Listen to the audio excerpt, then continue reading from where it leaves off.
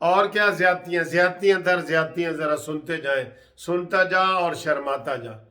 پھر کیا ہوا جب اس کا بری ہوا تو ابھی انہوں نے باہر آنا تھا کہ دوسرے دن ہی حکومت پاکستان نے، عمران خان کی حکومت نے گھبرا کے سارا کچھ کر کے فوری طور پہ دوسرے دن ریویو پٹیشن دائر کر دیا۔ یہ کبھی بھی ایسے نہیں ہوتا۔ میں نے بھی سپریم کورٹ میں سینکڑوں کیس کیے ہیں، کبھی بھی یہ نہیں ہوتا کہ دوسرے دن ہی جو ہے نا ریویو کر دو۔ دوسرے دن ریویو دائر ہو گیا اور تیسرے دن لگ گیا۔ یہ ایک اور ظلم، سنتا جا شرماتا جا۔ دوسرے دن ریویو ہو گیا جو کہ عام روٹین میں نہیں ہوتا۔ چلے جی ہم کہتے ہیں یہ قانون کے مطابق ہے، ہو جاتا ہے، لیکن تیسرے دن وہ لگ جائے یہ تو کبھی بھی نہیں ہوتا۔ یہ تو میں نے آج پہلی دفعہ ہی سنا ہے کہ تیسرے دن وہ دوبارہ ریویو پٹیشن لگ گیا، جبکہ ریویو سال لگ جاتے ہیں، 2 سال لگ جاتے ہیں، اور چیمبر میں ہی جج صاحب کہہ دیتے ہیں اوکے جی ریویو ڈسمس، کیونکہ ہم نے پہلے ڈسمس کیا ہوا ہے، اس کے لیے نظر ثانی کی درخواست بھی ہم ڈسمس کرتے ہیں، وہ بھی عدالت ڈسمس کر دیتی ہے۔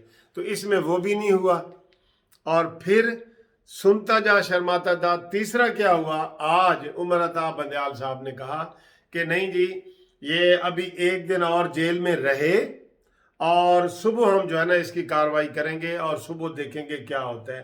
انہوں نے کہا جی ان کا جو وکیل ہے وہ بیمار ہے، وہ پیش نہیں ہو سکتا ہے محمود صاحب۔ انہوں نے کہا نہیں جی نہیں، آپ صبح جو ہے نا وہ دلائل دیں اور صبح ہم اس کو کریں گے۔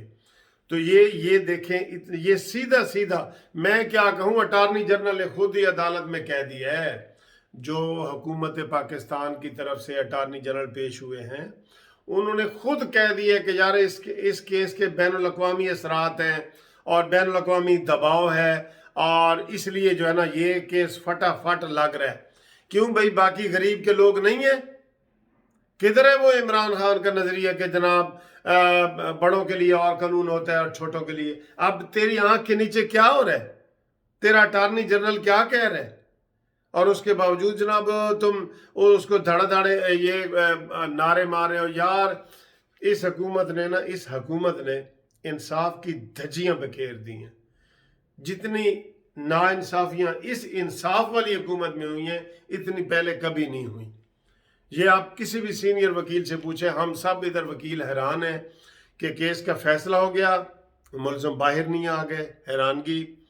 کیس کا فیصلہ ہو گیا، دوسرے دن ریویو ہو گیا، حیرانگی۔ تیسرے دن لگ گیا، حیرانگی۔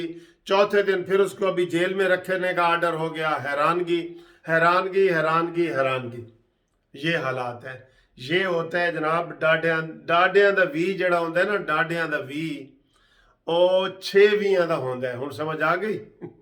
ایدی تسلی تسی آپ ہی کر لیں۔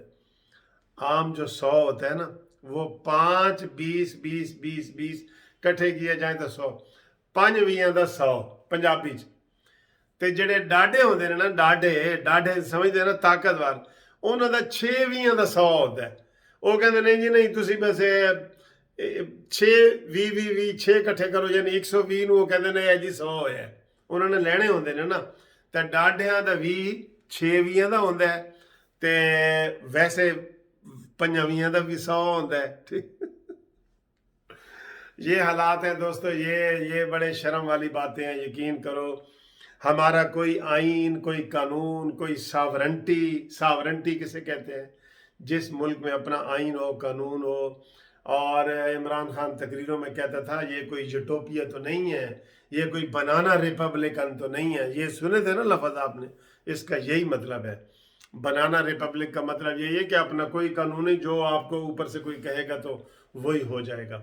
تو یہ ظلم ہو رہا ہے یار۔ یہ ہم باقی لوگوں کے کیس پڑے ہیں، سب کے دوسرے دن ریویو نکالو۔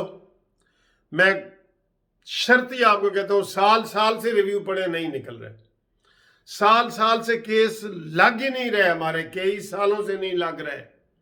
لیکن یہ امریکی قتل ہوئے ہیں نا، امریکی، اور 18 سال تو ابھی بیچارے وہ سزا بھگت کے آپ بھگت بھی رہے ہیں 18 سال سے۔ ان کی جوانی تو ادھر خراب ہو گئی ہے۔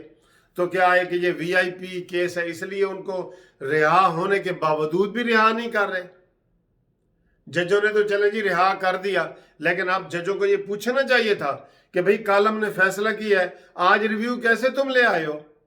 یہ ججوں کو بھی پوچھنا چاہیے تھا، لیکن نہیں سر جی، نہیں ایسا نہیں ہو سکتا۔ عمران خان وہ تو بڑا انصاف پسند ہے جی، وہ امریکہ کے آگے نہیں جھک سکتا، وہ استعفیٰ دے سکتا ہے، جھک نہیں سکتا۔ اچھا، جب یہ کہتے ہیں نا یہ والے فواد چودھری اور شہباز گل اور کہ عمران خان استعفیٰ دے دے گا لیکن این آر او نہیں دے گا، میں اتنا زور سے ہنستا ہوں قسم سے، اور میں کہتا ہوں عمران خان کو چھترول بھی کر دو تو استعفیٰ نہیں دے گا عمران خان کے۔ اب میں کیا کہوں بڑے سخت لفظ آ رہے ہیں، یعنی کہ اس کو الٹا بھی کر دو نا عمران خان کو، استعفیٰ آرام سے نہیں دے گا۔ بھائی وہ آیا کس لیے؟ استعفیٰ دینے کے لیے آیا ہے۔ اب وہ باتیں اور ہیں کہ جی مجھے کان میں آواز آئی کہ عمران کہتا تھا میرے میں اتنی بھی غیرت ہوئی نا تو مجھے اتنے سے بندے بھی اگر کہیں گے کہ استعفیٰ دے تو میں دے دوں گا۔ اور یار وہ تو اپوزیشن میں والی باتیں تھیں، وہ نہ ایسی باتیں کریں۔ تو بہرحال سپریم کورٹ کا یہ اس طرح کا کیس کو ٹیک اپ کرنا، فوری طور پہ ٹیک اپ کرنا، پھر ٹیک اپ کرنے کے بعد اس کو عدالت سے باہر نہ آنے دینا، پھر اس کو جناب ایک دن اور اندر رکھنا، یہ سب اللیگیلٹیز میں آ جاتی ہیں۔ اس کا سپریم کورٹ نوٹس لے، اس کا عوام نوٹس لیں، اور ہم وکلاء بھی اس کا نوٹس لیں۔ میں کہتا ہوں پاکستان بار کونسل اس کا نوٹس لے، یہ میری ریکویسٹ ہے۔ پاکستان بار کونسل بھی اس کا نوٹس لے۔ انسانی حقوق کی یہاں وائلیشن ہو رہی ہے، اور عدالتوں کے ذریعے اگر ہو رہی ہے تو اس کا نوٹس بنتا ہے پاکستان بار کونسل کا، اور جو سپریم کورٹ بار ایسوسی ایشن ہے اس کا نوٹس بنتا ہے۔